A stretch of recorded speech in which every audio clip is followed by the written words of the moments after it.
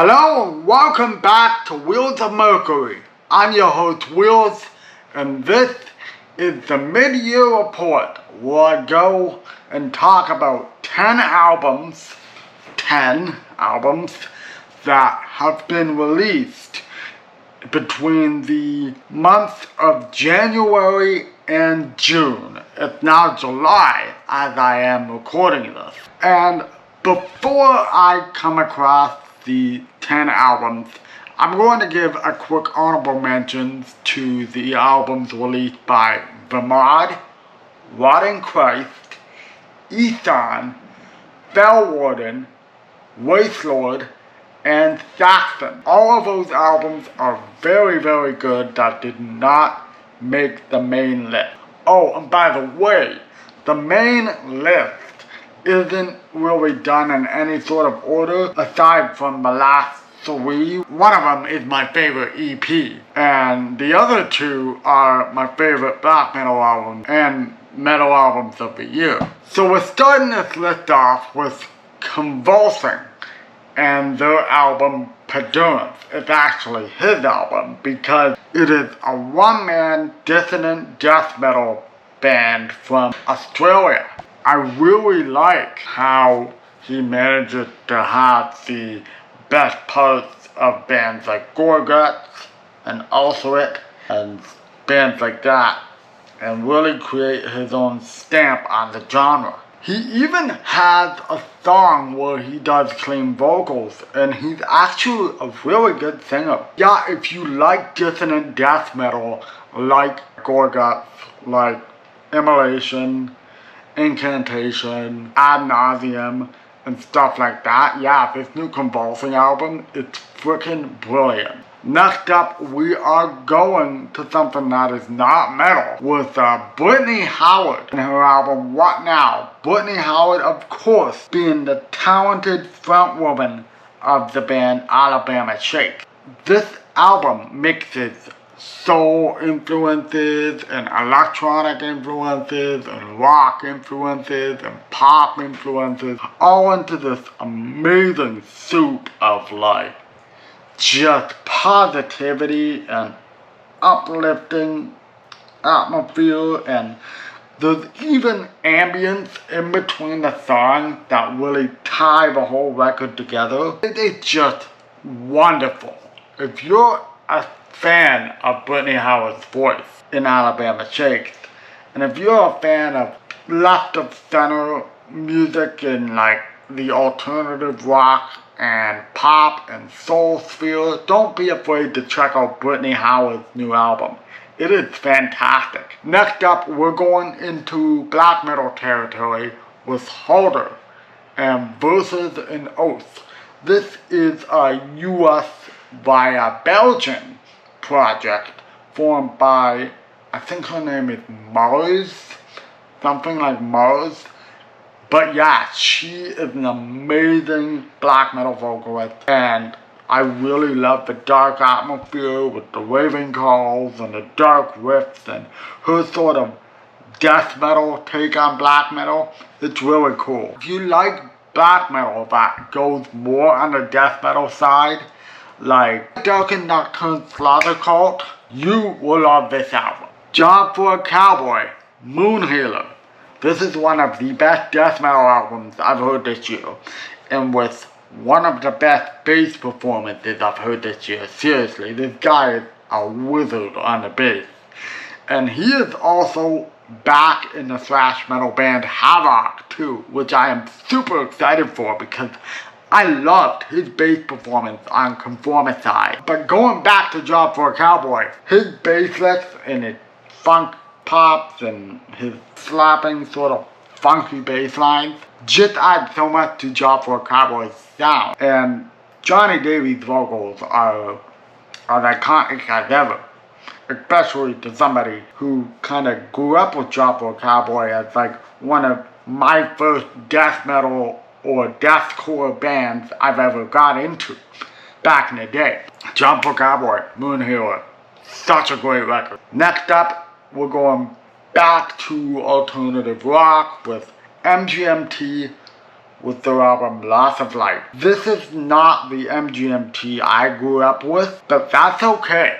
You mean, I knew MGMT from way back in the day with hits like Time to Pretend and Kids, but this isn't it. This is more like the Beatles, the Beach Boys, and other psychedelic rock acts like the 13th Floor Elevators, if you know them. They sort of go in that direction, and it really works for them.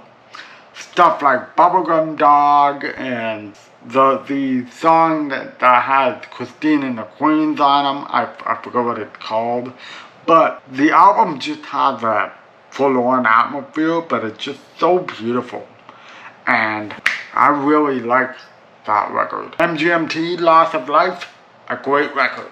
Next up is Judas Priest with A Mist of a Tear. Oh yeah, these guys are in the 70s and they're still kicking ass. That's probably all I needed to say, really, because this new Judas Priest album is an hour long, but it doesn't really feel like it because all of the songs are at least really good. They're all really well crafted and really catchy.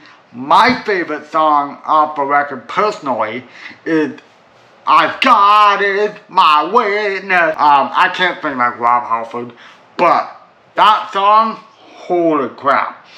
Them dipping into overkill style thrash metal, it really works well for them. It's so cool how a band like Overkill would be inspired by Judas Priest, and now Judas Priest is being inspired by Overkill, which is freaking awesome to see that sort of back and forth through the years, you know, as far as influences are concerned.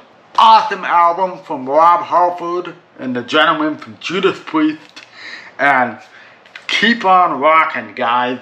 Next up is The Last Dinner Party with their debut album, Prelude to Ecstasy. This mostly female group of musicians put out a stellar debut album, and it got a lot of Lana Del Rey, things like Honeymoon or Ultraviolence influence, with some rock riffs, and there are some moments where they can definitely rock, and there are other moments that are tender and very kind of lavish and ornate, and they pull it off extremely well. Now, I've seen weird and ridiculous complaints about rich kids from like the upper class. Why are they putting out an album? It's like, just listen to the darn thing. Have you even listened to it? It's really good. So yeah, The Last Dinner Party debut album. It's really good. Next up is some traditional heavy metal from Wraithlord, Ancient Sword Cult, their debut EP. This is my favorite EP of the year. It is raw, it is catchy, and it is quite a fun listen. If you like stuff like Atlantean Codex and Manila Road and Eternal Champion, you'll definitely get a kick out of it. Oh, and they're from Germany too, which is pretty cool. Germans love for heavy metal. Next up is Conifer with Leopold Ihsahn. This is my second favorite metal album of the year. Amazing raw French-Canadian black metal with a lot of melodic touches and a lot of punk influence, and they just have a riff. If you are into a band like Spectral Wound or some band like that, check out this new Conifer album. It is awesome Quebecois black metal. And finally, last but not least, my favorite metal album of the year goes to Dozrit with Nocturnal Will. Holy smokes, I can't tell you how many times I've listened to this thing. It is just amazing. It is like crust punk influenced black metal with traditional heavy metal harmonies, guitar harmonies, and it is just amazing. Even M from Lamp of Murmur shows up on the title track, I think. And it is just incredible. I can't even describe how good the songs are. The guitar lines are just so catchy. They just stick in your head, man. They are so good. My favorite metal album of the year, Dozrit, Nocturnal Will. If you somehow haven't listened to it, what are you doing? Go check it out.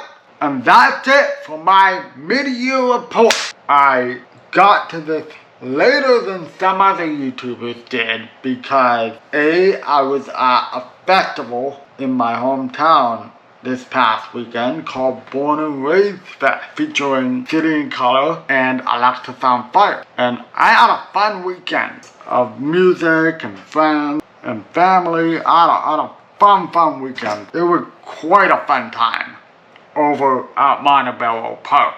And the other reason is that I was playing too much NHL 19. Trying to get my Orlando Cosmos ice hockey team to win a Stanley Cup in that video game. So yeah, I play that too. Anyways, what were your favorite albums of 2024 in the first half of the year? Drop them down below in the comment section.